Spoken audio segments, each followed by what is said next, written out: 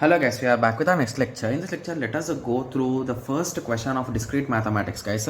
So this question belongs to GATE CSC 1990.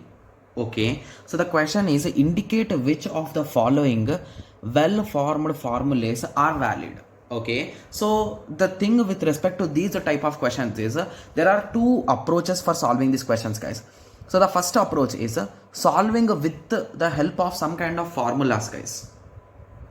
Okay, and the second approach is by using a truth table, and the third method is by trying to decode it step by step, guys.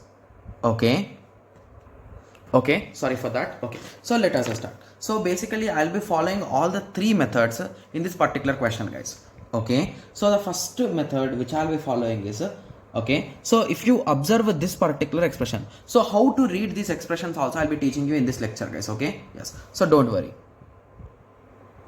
Okay, so P implies Q and Q implies R implies P implies R. So whenever you are solving these type of questions, these brackets play a major role, guys. Okay, so basically you will be writing in this way. So P implies Q, Q implies R, that implies P implies R. So if you recall, we discussed the concept of transitive property, right? So what is a transitive, guys? So P implies Q, Q implies R. So what will be the conclusion indirectly? It is nothing but P implies R, right? Yes. So that is a direct statement, right? So with that conclusion only you can say that A is the correct answer. So these formulas are really interesting. But if you do some silly mistakes, so basically you can apply reversals and all those things. So basically the formulas will look in this. So P implies Q, Q implies R. You will cancel these both and the result will be P implies R. So in that way. But the thing is both of them should be implies only. Okay, yes. So I think option A is concluded as true, right? Yes. So now let us go through option B with the help of truth table, guys. Okay, so P implies a Q. Okay, so there are only two terms here, so that's an advantage for me, I think so. P implies a Q implies a negation of P implies a negation of Q. Okay, so let me start writing the PQ truth table. PQ, P implies a Q. Okay, so PQ, so false, false, false, true, true, false, true, true. So the result of implication, recall. So whenever it is a true, false, you will get a false. In rest of the cases, you will get a true, right? Yes. So we wrote this particular truth table, and remember one more thing, guys. Whenever you are solving these type of questions with respect to truth table, the first initial brackets will be our premises, guys. So this is premises. So basically what does this premises say is, so it is going to consider only the truth values. So basically this particular column or row has been removed indirectly. Row, okay? Yes. So the conclusion they are saying is a negation of P implies Q will also be true for these three values. So let us check. What is a negation P, negation Q for these values, guys? It is a true, true and false. It is a true, false and false. Okay. Yes. Okay. So now we are going to apply negation P implies a negation Q. So what will be the result, guys? If I try implication, so it will become a true, false, true. So again we got false here, but according to this equation I should get a true. Okay, so with that conclusion I can say that option B is wrong, right? Yes. Moving on, now moving on to option C. So in option C what we should do, guys? So I think if we apply some kind of traditional digital electronic logic, it will be good, right? Yes. So this is the first method, guys, using formulas. This is using truth table, and now let us go through logical approach. So this is for A, this is for B. So now let us go to C. So it is a given P and negation of a P or Q, negation Q implies a Q. So whenever you are thinking of to convert this particular equation into digital electronic logic, the first step is you should not have any kind of implications, guys. So if there is any implication like P implies a Q, you can convert it into negation P or Q, guys. So that's what I will be applying here. So negation of P and negation of P or negation of Q with R of Q. Okay, so let me apply it inside. So it becomes a negation P, that is a P bar. This AND operation will become OR operation, right? Because it is multiplied. So it becomes a plus. This negation will be applied inside also. So it becomes a P. This R will become AND. This Q, negation Q will become a Q, right? Yes. So this is a R, right? So let me recall it. Is it R, guys? Yes. Okay, sorry, just give me a second, my bad. Okay, so it is R, right? Yes, so it is a plus Q. Okay, so what is this expression is saying? So I can think I can take something common here. So Q of P plus 1. So it is indirectly something, anything plus 1, what will be the result? Guys, it will be 1 only. So 1 into Q, it is again Q. So P bar plus Q. So let me draw the truth table, guys. So P bar, okay. So P bar and Q. So it is a false, false, false, true, true, false, true, true. So if I do complement, I will get true, true, false, false. So now I need to perform P bar plus Q. So this is a nothing but a true, this is a nothing but a true, but this is a false, this is a true. But at the end I should get a true as they told it is valid. Hence this option is also wrong. Got it?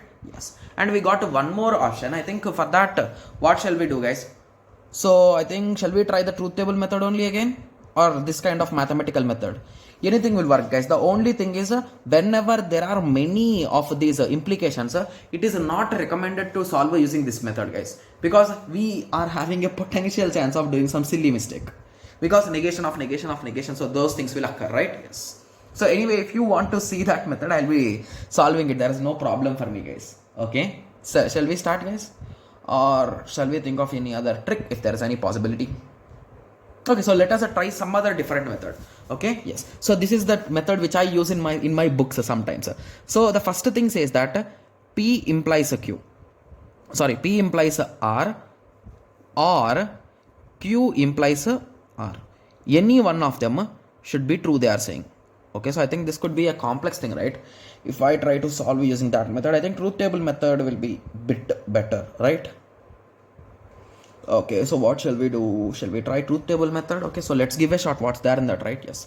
So let us go through the traditional truth table method. I'll be writing in terms of zeros and ones, guys. So false is nothing but 0 and true is nothing but 1. Okay, so that's the logic which I'll be using. So we are having P, Q and R. Okay, 0 0 0 1 1 0 1 1 0 0 0 1 1 0 1 1 1 2 3 4 1 2 3 4. Okay, so let us start. So the first thing says that P implies a Q, sorry, P implies a R. Okay, so P implies a R. So only in this case and in this case it will be 0. So 0 0 and rest all cases it will be true. That's really good. When it comes to Q implies a R, so Q implies a R, it will be 0 here and it will be 0 here. P implies R, and rest all cases it will be 1. Okay, so if you observe, they clearly gave that it is a R implies. Okay, so means they are saying this whole part will imply that, right? Indirectly, according to me, I think so in that way, but I'm not sure about it, because most of the time he will use AND operations, guys, rather than OR operation. Okay, so that's making me a bit confused, but I think we can try it what's there in that, right? Yes. Okay, so here at the end we got these as the values. So now we need to do P or Q. Okay, so P or Q means you will get 0 0. I think I should do in a fresh paper rather than at that corner, because for you also understanding it will be a bit tough, right? Just give me a second, I'll be trying to sorting it out. Okay, I can sort it in this way. Nice. Okay, nice idea. Okay, so P or Q, right? Yes, so it is so let me write down the numbers also. It is first one, it is second one, and this is the third one. Okay, yes, so it is a 0 P or Q, so it is a 1 1 1 1 1 1 implies a R. So this I need to imply with respect to R. So at this place it will be 1. Okay, at this place it will be 0. Okay, just give me a second, this result with respect to that, right? Yes, so it will be 1 again. Okay, so it will be 0 here, it will be 1, it will be 0, it will be 1, it will be 0, it will be 1. Got it? Yes. So the first two are 1s, then followed by 0 1 0 1 0 1 pairs. Okay, so now what they are saying is if this part is a true, so basically wherever this whole part is true, so means here 1 here 1 here 1 here 1 here 1 here 1 here 1 here 1, so at every location, okay, they are saying this part will also be true. But if you observe here, there are both zeros and ones, right? So hence with that conclusion you can say that this is also not valid. Got it? Yes. So using truth table method you can solve this type of questions, guys. Okay, yes. So I think most of the students already know how to solve these type of things using the this type of formula based method, but I prefer this truth table method or this shortcut with respect to digital electronics, guys. Okay, yes, so it depends on your wish, but the only final goal is we need to get the correct answer, guys. Okay, yes, so now I hope everyone got some basic idea at least, right? Yes, so anyway, from next lecture I'll be following some easy methods rather than solving each one with one method. This is I done this because this is our first video in discrete mathematics. Okay, yes, so I hope everyone got a clear idea. So in the next lecture let us continue with the next question. Thank you, thanks for watching. Like, share and subscribe for more awesome videos like this. Thank you.